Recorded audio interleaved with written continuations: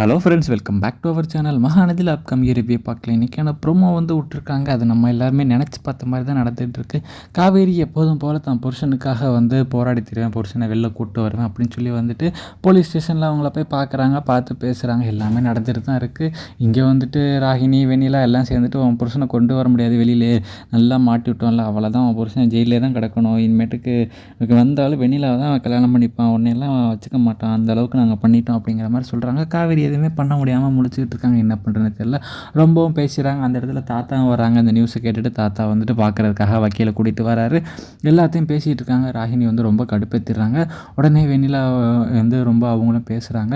நம்ம காவேரி என்ன பண்ணுறாங்கன்னா, ராகினியை பட்டுன்னு அரைஞ்சிட்டு, உன்னால் முடிஞ்சதை பார்த்துக்கிட்டு என் புருஷனை நான் கூட்டிகிட்டு வருவேன், கண்டிப்பாக நான் வெளில கூப்பிட்டு வருவேன், பொய் கேஸ் போட்டு வச்சுருக்கீங்களா, நான் கண்டிப்பாக கூட்டிகிட்டு வருவேன் அப்படின்னு சொல்லி வந்து காவேரி வந்து சொல்கிறாங்க.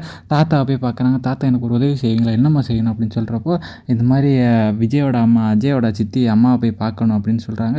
என்னம்மா சொல்கிற அப்படிங்கிறப்ப, ஆமாம் அவங்களால தான் எல்லாம் பண்ண முடியும் அப்படின்னு சொல்கிறப்ப, அன்பரசு பொண்டாட்டியை அவங்கள போய் பார்க்க போகிறாங்க. போய் பார்த்துட்டு எல்லா விஷயத்தையும் சொல்கிறாங்க.